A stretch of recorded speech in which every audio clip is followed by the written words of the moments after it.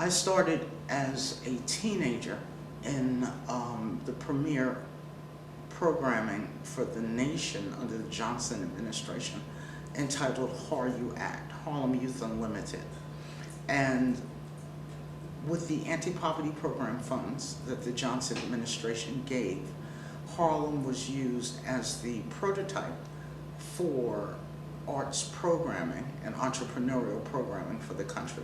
So in advance of Manpower and other programs like that, this was the national model. This is the 50th anniversary year of that program.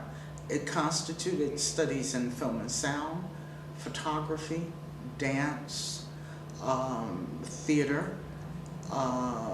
It had its own jazz band. It had its fine artists. It had its graphic artists, as well as having the entrepreneurs that opened about 7 cafes around Harlem in total.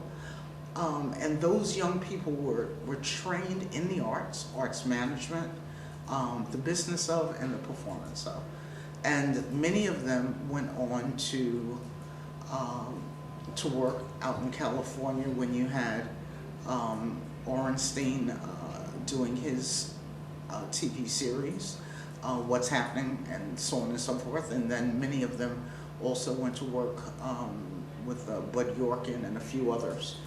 So they constituted about 15 or 20 young people from here that went out to do acting, stage management, and so on and so forth. And that was under the leadership of Al Van.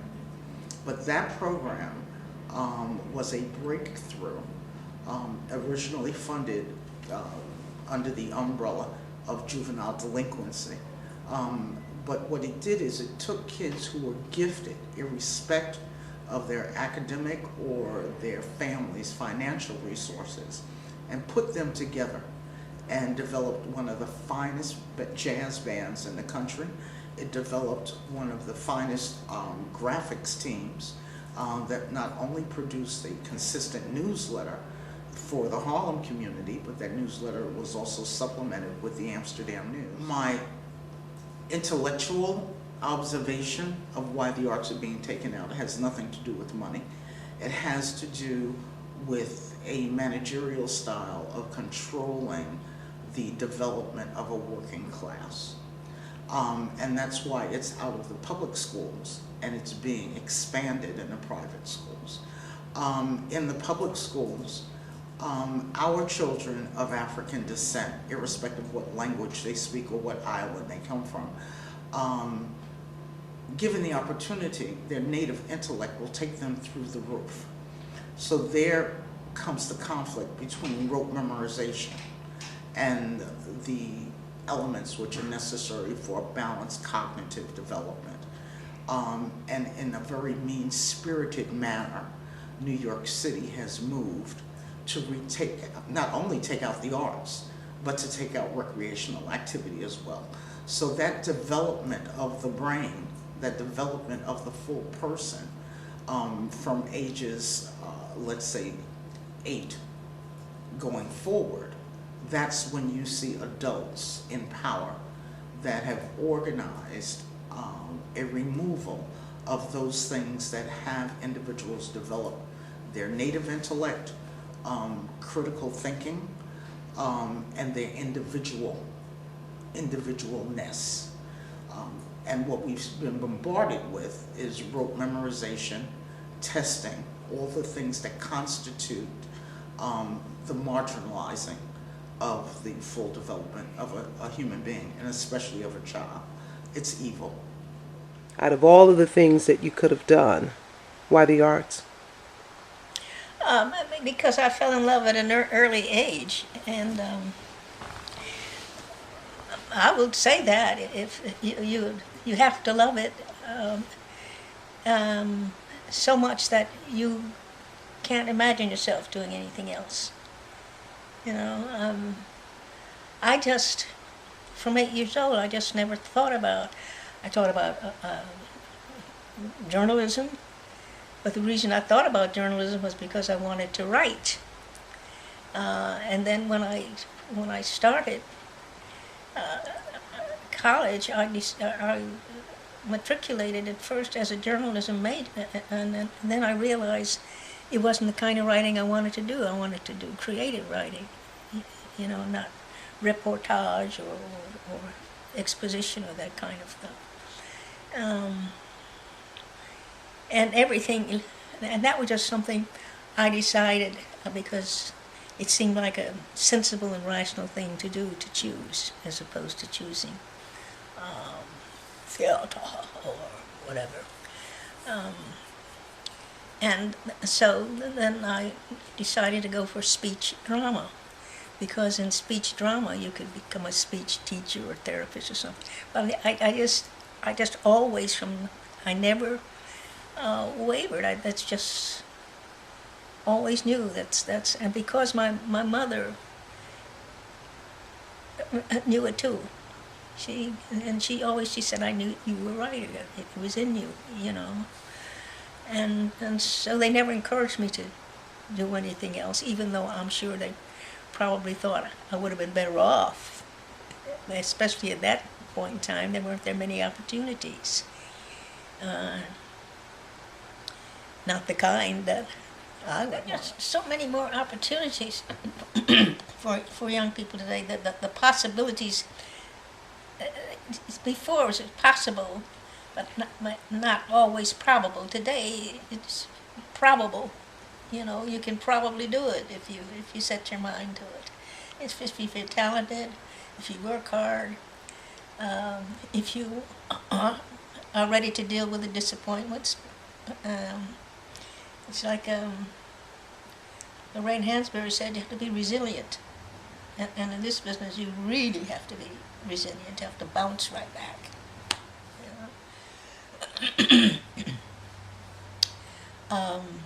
But that's the reason I say you really have to love it enough, so much that you can't imagine doing something else.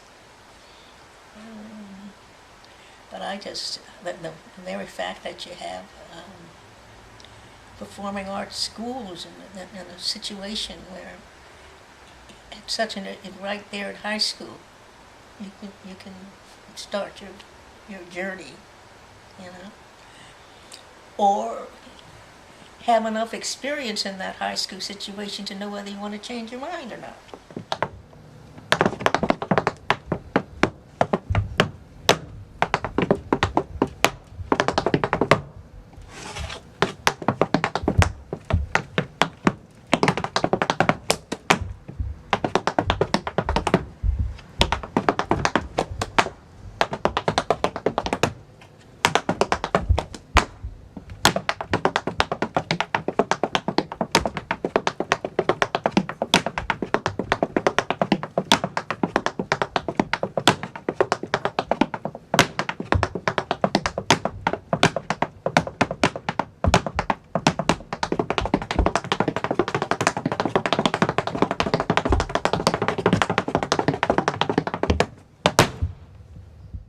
In order to be great, I think, in a technical sense, not in order to be great, in order to have a good foundation and do choreography, it's good that one goes to a dance school or goes to study with someone who will break it down and put it in form. I didn't learn like that. I learned because I had a famous person in my family who was a tap dancer. It was a gift for me to be able to be around him and his friends. By that, I could go to the theater, Black and Blue, and see Jimmy Sly backstage, Bunny Briggs backstage, Chuck Green backstage, Buster Brown backstage, Linda Hopkins backstage, Ruth Brown backstage.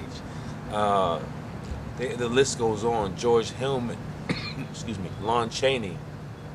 All these great practitioners and masters of the arts, I had access to them. That was the gift. That was the privilege of being this guy's cousin. So I would go there, and my information was, hey, in a corner, hey, what's that? And they would try their best to give it to me and explain it to me, and they would leave. And that was my education for a long time. And then it turned into okay, Savion is teaching a class on Thursdays at Broadway Dancing, and Tuesdays and Thursdays, intermediate tap class. And once again, here's the privilege. I could go to the front desk and say, yo, I'm his cousin, and they'll say, okay, you're a guest, or something like that. And here's the paradox. I get free admission to an intermediate advanced class taught by someone who is starring and working as a tap dancer, and they're only like 13 years old. And I know nothing technical. I just have an art form that I've noticed, and I love it at the time, and I had a few steps here and there. I had no idea about 5, 6, 7, 8, begin, stop, pull back, maxi forward, shim sham. None. It was just, I loved doing it. I loved being around it. So that was the story for a long time. Just being around tap dancing, and great tap dancing, and just being the guy who could be around but wasn't able to do it.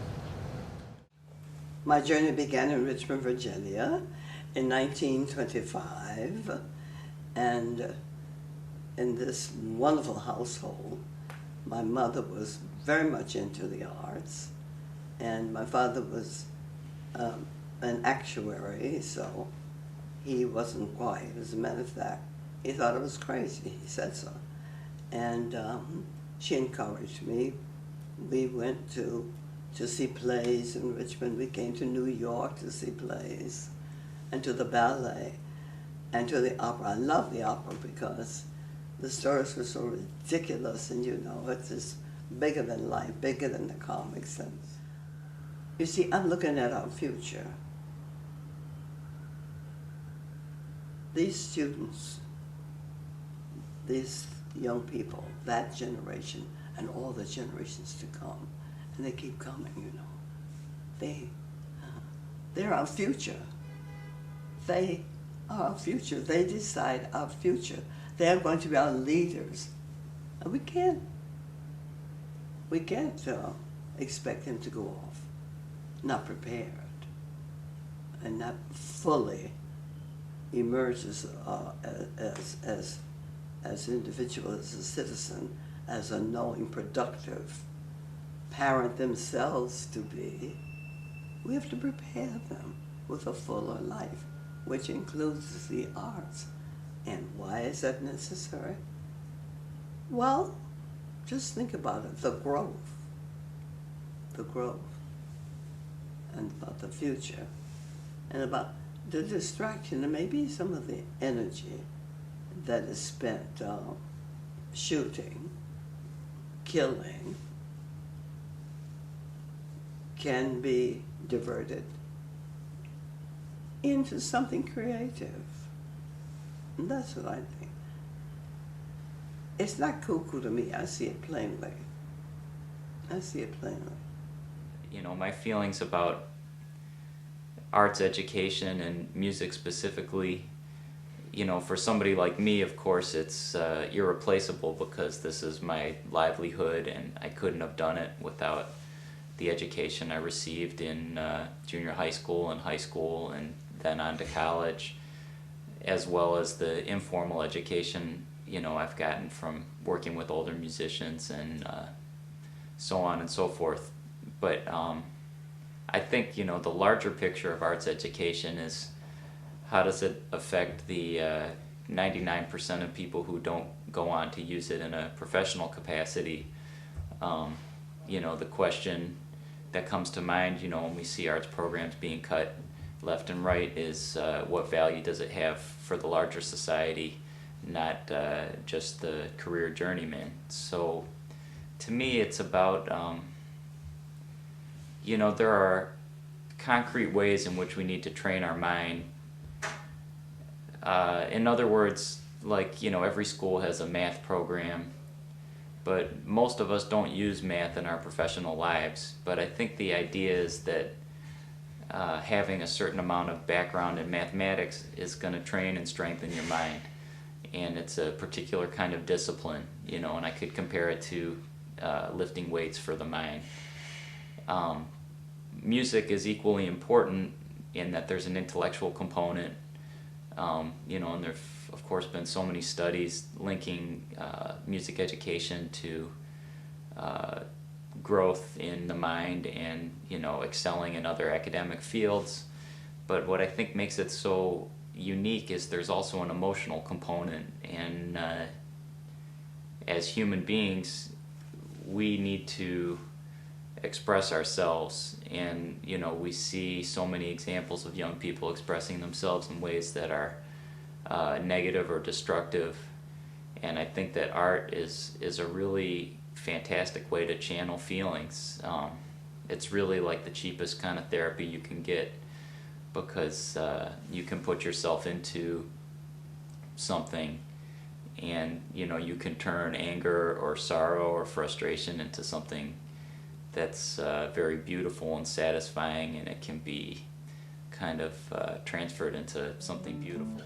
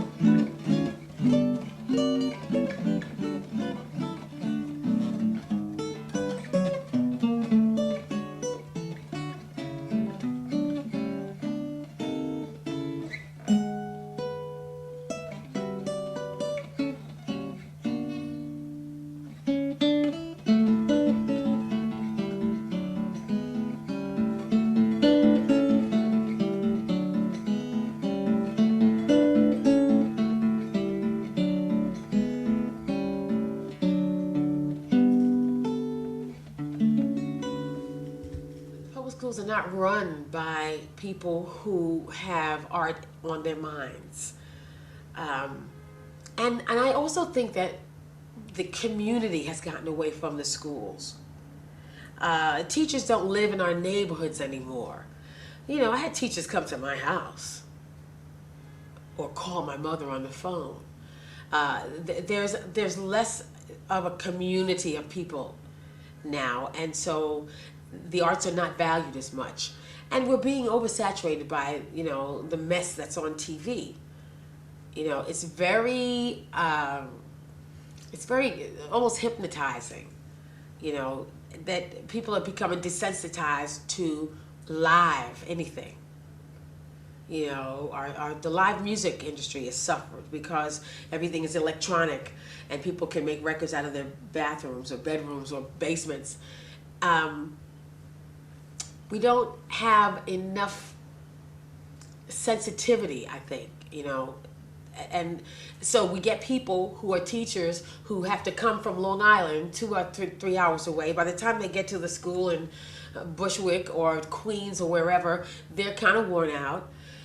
You have families who both parents are working because that's what it takes if you have two parents in a home. A lot of homes have just one parent, and I was very lucky. I had help. My mother had help, and my mother was a single parent, but she encouraged me. She took me to see things. A lot of parents now are worn out. They're not taking their kids out. It's expensive to go to take 3 or 4 kids to a Broadway show, but it's essential. It's essential, and I think that we've gotten dummied down. We've gotten desensitized to what moves us in terms of the arts. We're not learning music appreciation. Even something as simple as that, a simple music appreciation class. Even if a child never learns an instrument or doesn't want to sing professionally, learning a piece of music, learning what that music is, and learning the history of it, and learning to differentiate between that and another piece of music, I think is essential. It's good for your soul. It's good for you. Arts are not a hobby. The arts are a necessity of the brain. And as you get older, they're telling you, oh, play the games, and so you keep your brain going. And what is that but creativity? You have to keep that brain active, and it can't be all academic, Well, actually, I was listening to a physicist or the scientist. That's very creative. That's extremely creative. And I think the mistake that I think maybe early on when I was coming up, they made it terribly stodgy and frightening, and you had to get, learning all the chemistry things, and you just learned but you didn't have the fun of making it a game. So the creativity in the teaching was not as fun. And I think that helps young people. Everybody understands differently. And I think when I was coming up, it was all teaching by one way. My brain didn't get it, because it was a creative brain, didn't make sense half the time. And I find when there was somebody that was creative enough to show you in a fun way, then you say, oh, I see what it is. I can visually, now I can see it, but I can't figure it out in my head that way. I'm not that kind of person. There are those people who can go, exactly, they don't have to do that. But there are certain people, particularly creative people, have to see it. And then they have very good abilities in certain areas like that. So I think that in schools that they should have that balance, because then it makes a balanced brain, and I think it's happier young people and not so threatening. It's that thing, if you've got to have an A. Well, it depends on how you were born and where there are those A brain. That's great. It is wonderful. God, wish I had an A brain. But there are the ones in between that are just different. Maybe it's an A in a different kind of understanding, where an A brain wouldn't understand this kind of A brain, you see.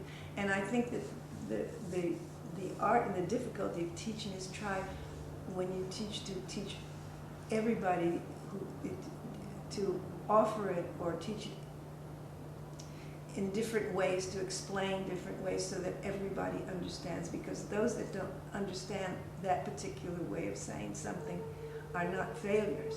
That's just the way their brain works. And I think that's the difficulty in teaching many times. But I know when I teach dance movement classes, I always explain things 3 and 4 different ways, because I can always I always see somebody with a question mark over their head, or their body just doesn't want to understand that. But if you give them a certain other way of handling that, I try to find out the way that they would understand, or their body would understand, and once they get it, then they're fine. So the music, because it's mathematical, the world is mathematical. I didn't know, see, if I were given that as a fun thing when I was younger, that everything is mathematics, and make it fun, and say, oh, here's the flower, let's cut this, and look at the designs on that thing, and and make it fun. So you see, you don't say it and just read it. You have to feel it and experience it. I'm sure there are teachers who do that now. I've seen that before, but they have to be given that liberty to do that. But I think that because I don't think most people learn by rote or just reading out of a book. It doesn't work. You have to see and feel and touch, because you have to live it in order to. I started when I was about 7 years old. My father was a well-known sculptor in Haiti, so I started to sculpt at a young age, and my father immigrated in 1968, and I continued with my sculpting. He came back in 1973, and I was enrolled in an art school, Foyer des Arts Plastiques, run by some French sculptors and painters. So I started to take painting as well. Then after 3 years, I got a scholarship. I went to France. I studied art for like 6 months. And in 1978, I came to the United States. And I went to City College, where I got my bachelor's. And subsequently, six years after, I got my master's in art education. So I have a degree in interior design and fine art, and also in art education. And after that, I had several exhibitions in different venues. I exhibited my art at United Nations, City Hall, few colleges and universities.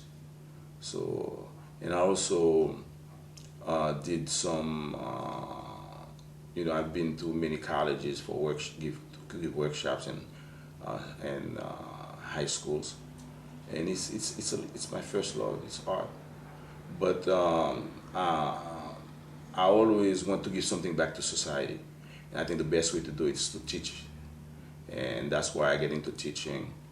And in many cases, a child's first encounter with the arts can be a life-changing experience. I'm a testament to that. And good art education can help students creativity, culture, cognition, and communication. And art is interdisciplinary. It helps students develop the intellectual comprehension, as well as when it comes to think creatively to solve problems, makes you think outside of the box. That's Family Reunion. I think that's the title. It's three: mother, father, and a child.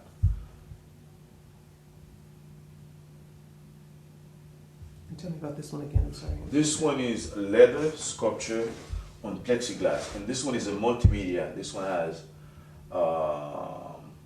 ropes, it has canvas, acrylic, oil, and burlap. That's what gives it that tactile quality. It's about 6 different mediums. That's fabulous. So I became the education director at Theater Development Fund, starting that department from the ground up. And we began with the prototype of bringing students to a Broadway production and preparing the students with teaching artists going into the classrooms. And it gave me an opportunity to train the teaching artists, to look at the work of art, to get into that whole absolutely fascinating arena of engagement with art, how it is both art appreciation, it's art making, it's dissecting the art, it's encountering the art, it's opening yourself up to the possibility of how that art is going to affect you. We wanted to maximize the experience of those really amazing trained theater artists going into the classroom. What can be done in 42 minutes for 4 times? Of course, we did it in collaboration with the classroom teachers, so they extended the residency always on their own time. But for those artists coming into the classroom, what could be done that would allow the students to get away from the idea of always reaching for the right answer? Giving the students the opportunity to explore for themselves, what do they know about the theme of this play that we were going to go see? What is relevant in their life? What discovery can they make about interpreting the world, understanding themselves, understanding how the world works, the human condition, all of these things that are part of education. And we would see kids, not to make too broad a statement here, but really discover their soul. Growing up in Queens, the school that I went to, they didn't have a music program, but they had recorders. And this lady by the name of Dr.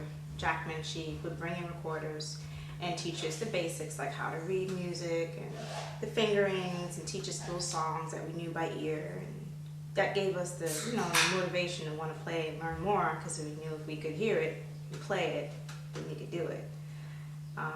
Once I graduated, I went on to junior high school, and I met a man named Mr. Archer, who was in charge of the band. And originally I didn't get in because I didn't play an instrument. And a lot of the students who got in there, they already played instruments. And unfortunately in my neighborhood, since we didn't have a band program, no instrument. So once I met him, he pretty much opened his band room and let me play anything and everything I wanted to try out. And I left that school playing saxophone and flute. And then he pushed me to try out for LaGuardia High School, and I got in. By the grace of God, I got in. I was still learning how to read and figure out that stuff, but I had some friends who were already in, and they kind of helped me, encouraged me, and showed me what I need to do. And once I got there, it was a whole new world of, you know, kids who were studying longer than me, but then at the same time, kids who also loved the music, which inspired me to keep pushing and striving to fill in those gaps so I could, you know, be able to be where they were and play with them. I got involved with music. It didn't start with the saxophone. It started with me running around my house singing. There's always a lot of music in my house, so you know, I learned the songs. I had a natural ear for learning the songs and imitating the people on the records. So I could do that automatically, singing. And then we had a doo-wop band who was to sing in the hallways. And I was like a lead singer with the doo-wop bands, you know.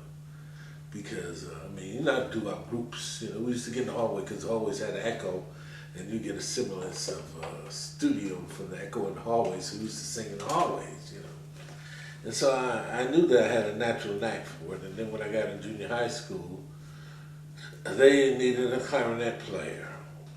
So I was kind of recruited into the band. I did not want to play clarinet, you know, but that's what they needed. So I started with the clarinet, and even though I was a poor student, like, the teacher was very smart, you know, there.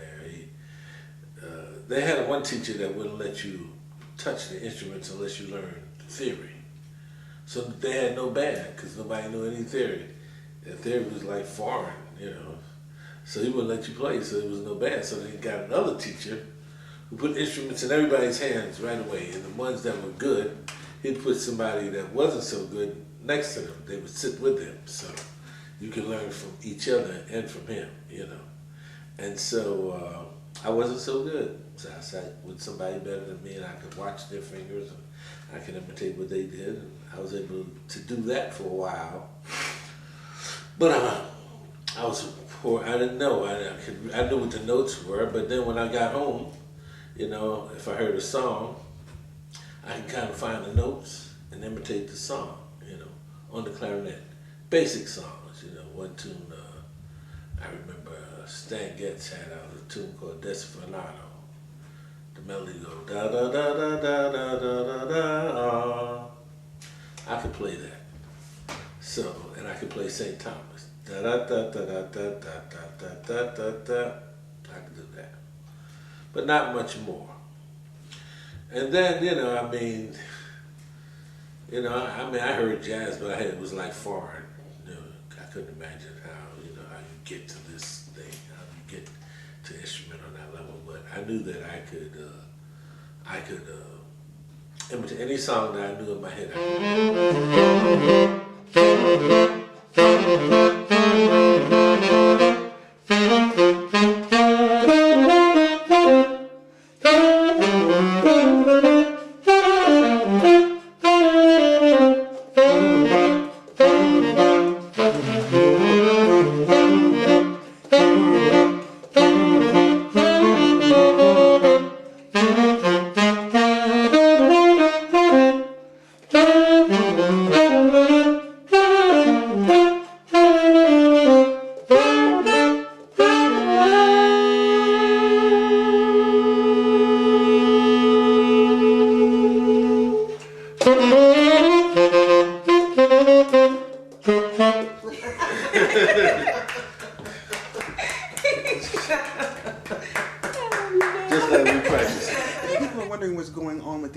Today and why they just seem to not be so connected or even think of maybe going to college or excited about their future.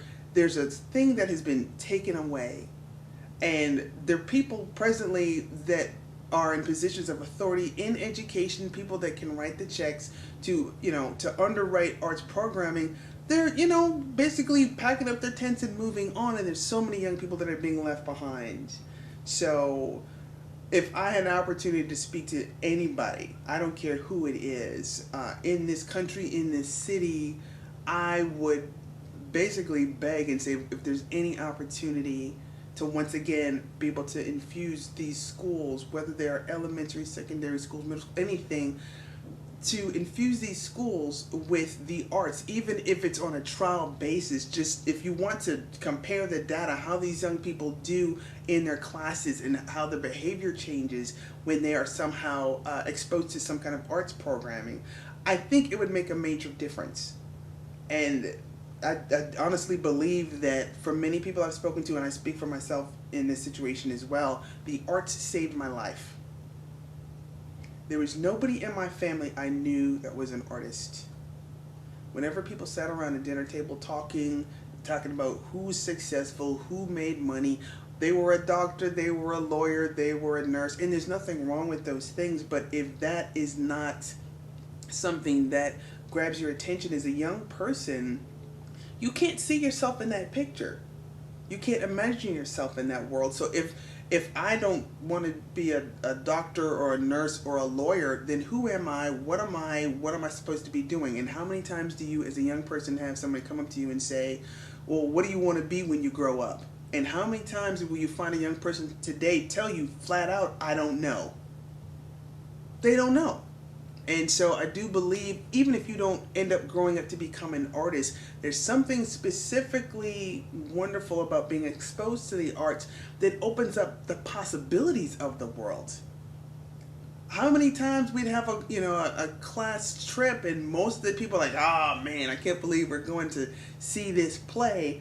Maybe most of those kids didn't particularly appreciate it, but there was enough in that group that would sit up, take notice, want to talk to those actors, find out more about it, be inquisitive, look in books about it. Nowadays we have the internet, and there's so many different ways to find out more about being an artist, whether it's a musician or an actor or whatever, but it takes the initial exposure to pique their interest.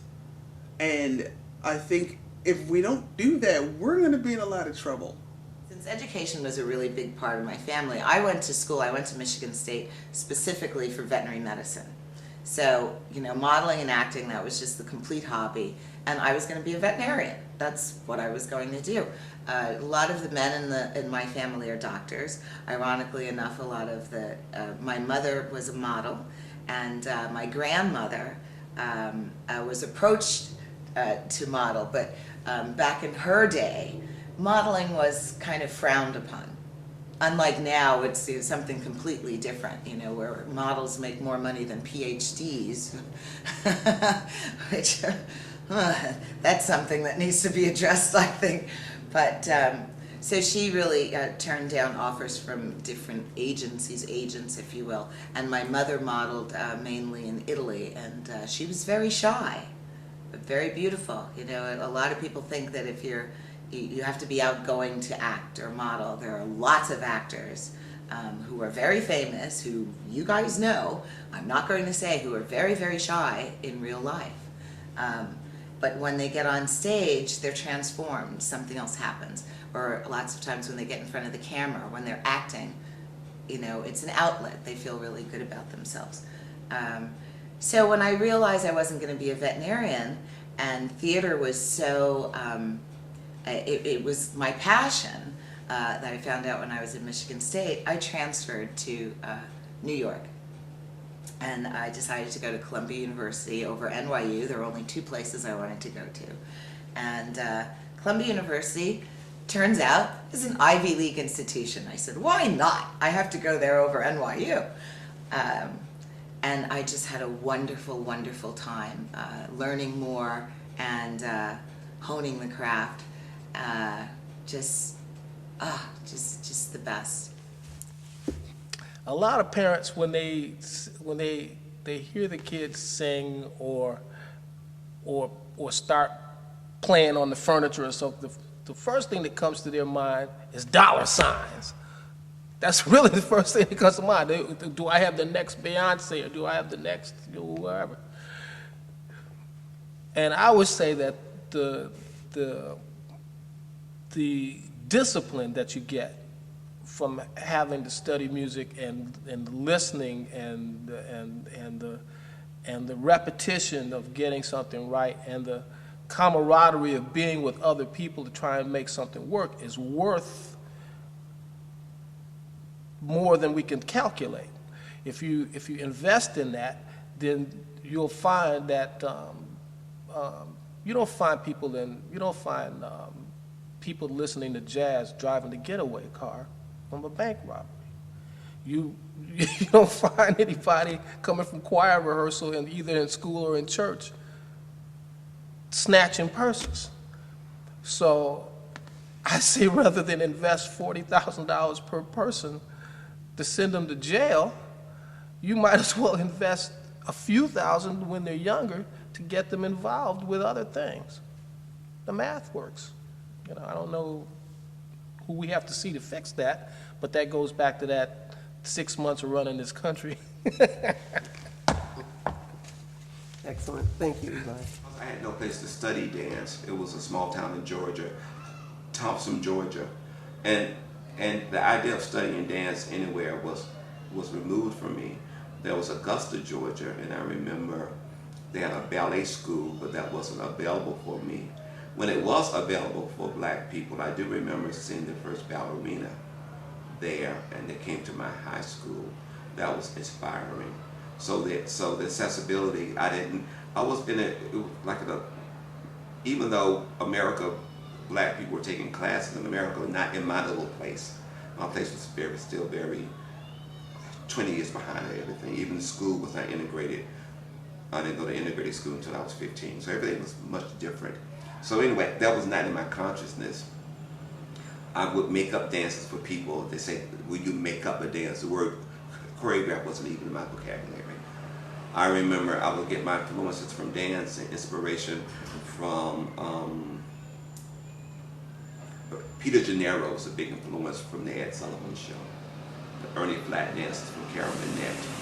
The variety shows where you open these specials or the Oscars, they always used to open with a big dance number. That was very exciting to me. So I gleaned a lot of my vocabulary and interest from these television shows.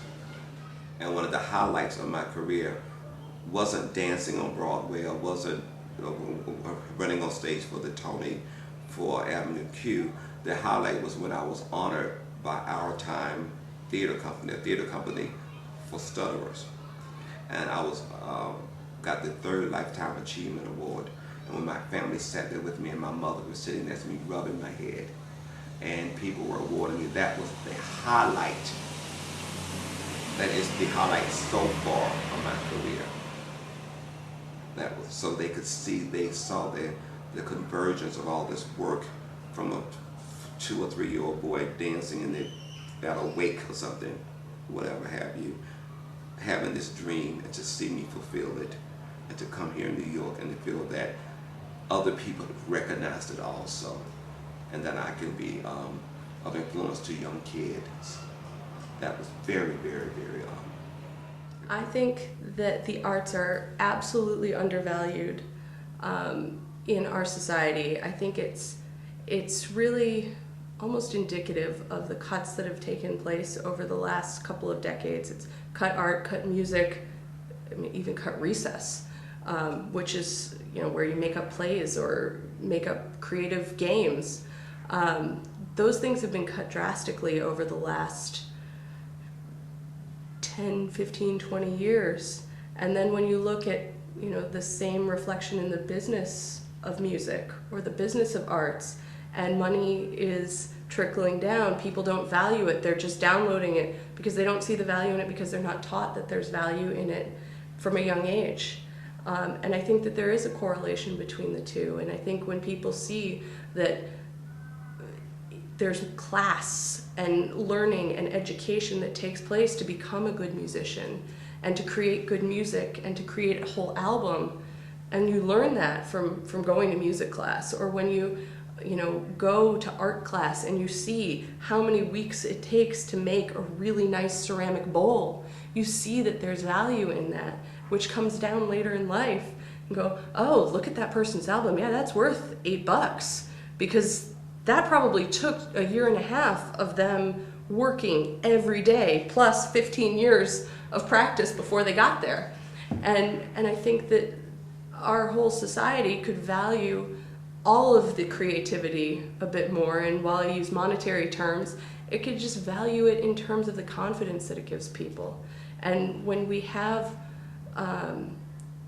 places that aren't just the CEO or the head of the class that are getting commendations, but the most talented guitar player, the most talented video production, when we embrace all these different ways that people can be good and people can be successful from a younger age, we give people a lot more confidence to get out there and do good in the world.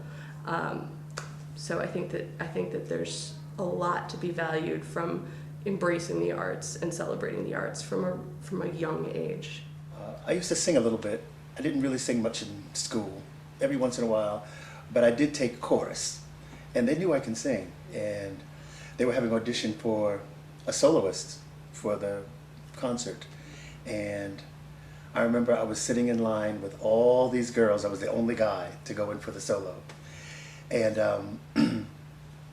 it was a song. It went sort of like this.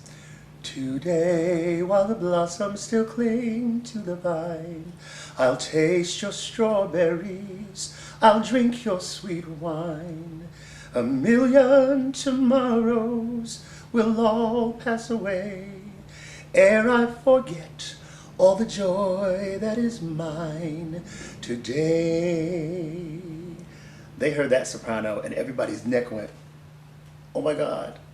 I got the solo. It's amazing how the lay folk don't seem to understand how the arts plays a big part in everyday life. We are a visual society. Music is everywhere. Music has influenced many people, many generations, many events. And it's funny how people think that the arts aren't important, but without music and without that outlet of theater, this world would stop. It would just stop. It's amazing how people don't realize that. In your everyday life, you see people walking around with iPods on. That's music. What would you do without music? What would you do without that? There would be a lot of angry people. There would be a lot more deaths, a lot more murders, and some really even more hateful people, because there's some hateful people out there now. So I don't understand how people who want to, take music out of the schools and it's just not important. It's an integral part of a child's growth to have music and the arts in their life. It's a way to express yourself. You have to find an outlet. If you don't have that outlet, what do? And that includes writing, because that's part of it. It's so important to have an outlet, a creative outlet.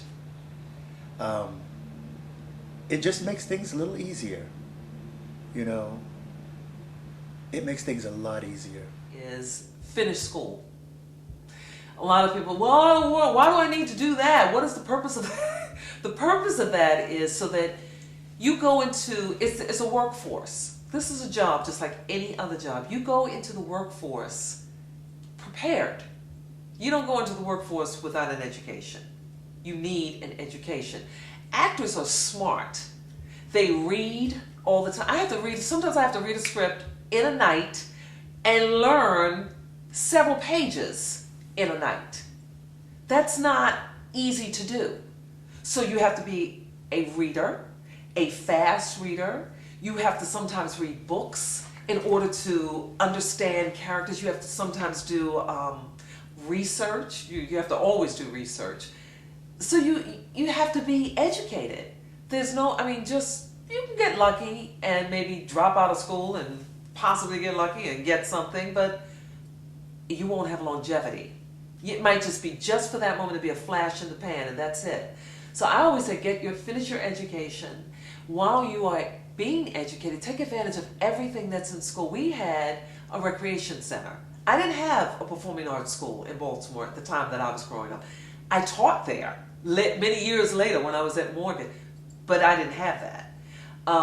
So what my mother did was, in our community, we had a community center where black folks went to sing, to dance, to act, to show their abilities. We had talent contests. We had in school, like I said, in high school, I used to run track. I gave that up, and I was in the choir, and then I was singing. You know, every chance you get in school, anything that they're offering in the arts, if you're interested in the arts, you go. Even if you go in for a play and you don't get it because so-and-so person keeps getting it, let them get it. It doesn't matter, but still put yourself out there. Always put yourself out there. They can't always get it. So eventually you'll get something. Lord, there are no small parts, only small actors. So no matter what it is, take it and keep building up. Do what you can. Moment that comes particularly to my mind when I was the last orchestra concert that I did at Juilliard Pre-College. We played Brahms' Fourth Symphony. I remember, I'll never forget this. And it was quite an orchestra. People like Midori were in that orchestra, Gil Shaham, Matt Heimovitz, who are all major soloists at this point. And I was in this orchestra with them, which was great. And we finished playing the symphony at the end of the concert. And we had this roar of standing ovation, and the conductor of the orchestra comes out. He starts us. He says, "We're going to do the first movement again." So he starts the first movement again, and he leaves the stage, and we play it by ourselves. And that was awesome.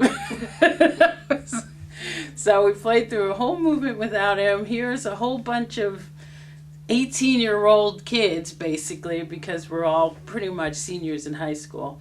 And we kind of took ownership of the moment, and I will never forget that moment. It was like magic. Well, I guess what I would like people to understand is, besides the magic and just the joy of making music or making art in general, it's actually really important educationally.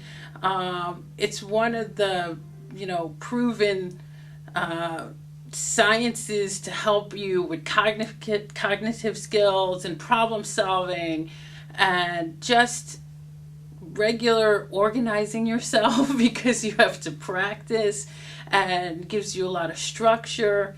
And it's just a really important thing to have in your life.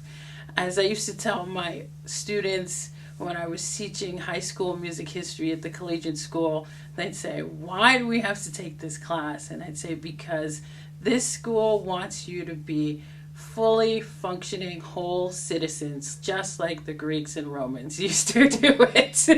So I actually don't think you can be a fully functioning, productive citizen without having the arts in your life.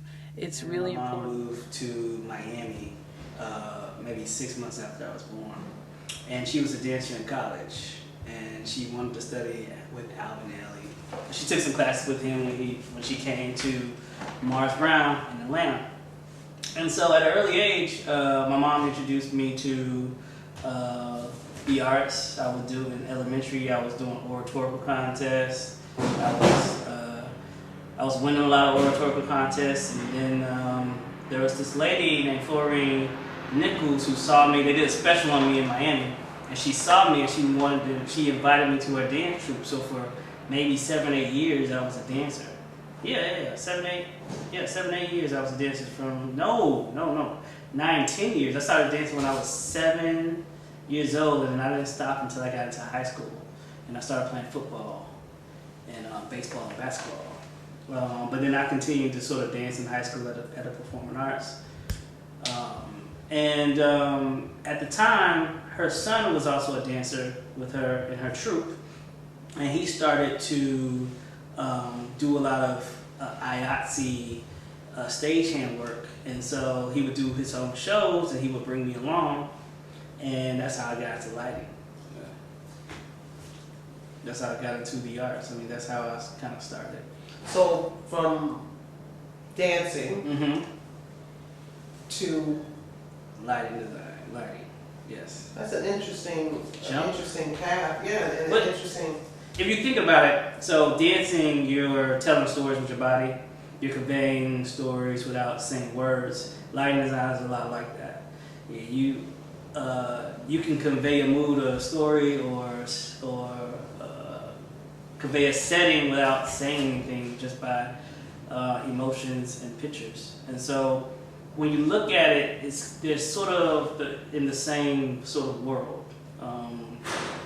So when I did my first show, my first lighting design, it was like hair raising, like the hair stood up on my arms, because the idea of connecting what you're feeling with the work and have the work connect to the audience was just like amazing. Especially those moments. Now you're in the theater and the lighting happens or something happens in the scenery, and for a moment you're connected to that world. It's kind of hair raising. So it sort of bonded me to lighting. It was like, oh man, I can actually do exactly what I was doing dancing, but through lights.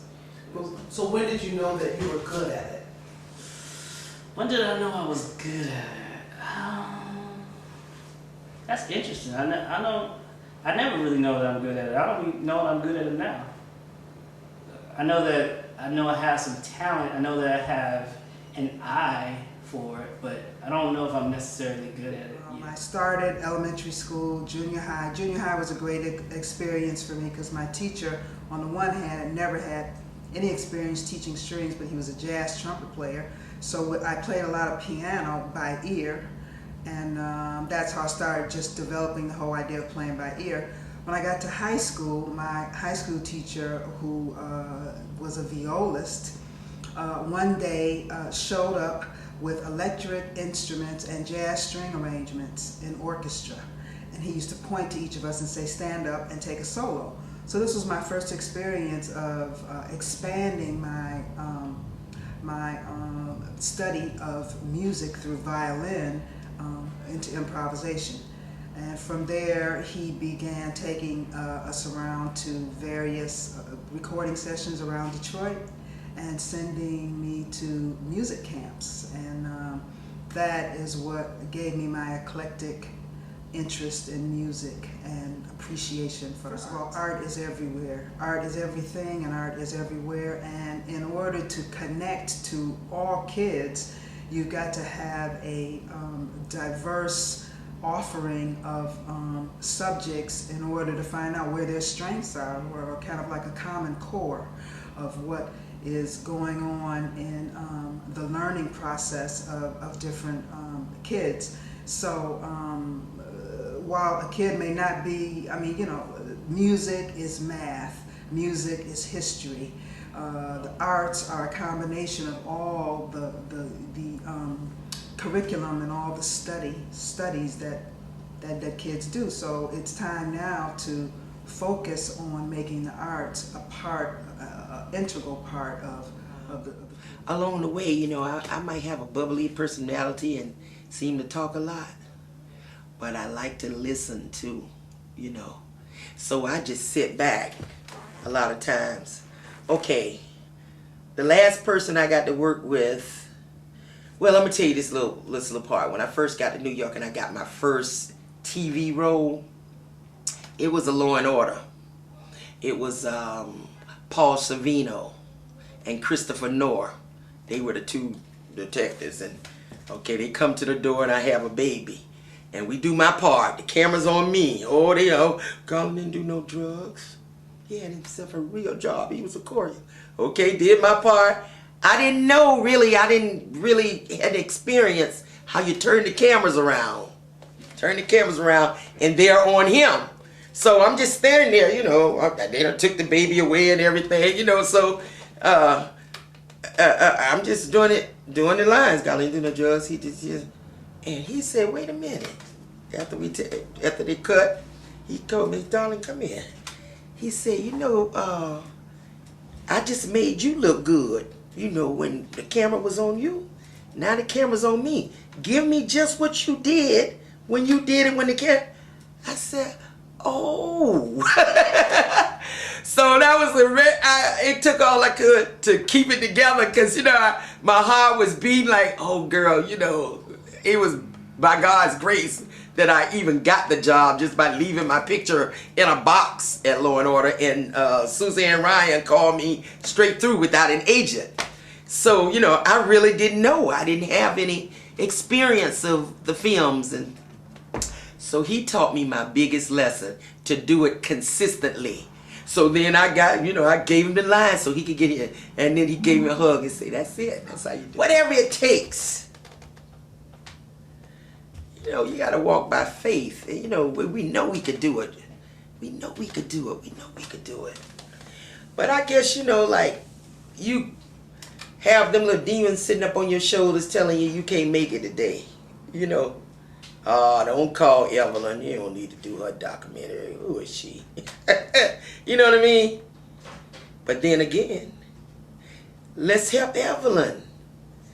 Her idea is great.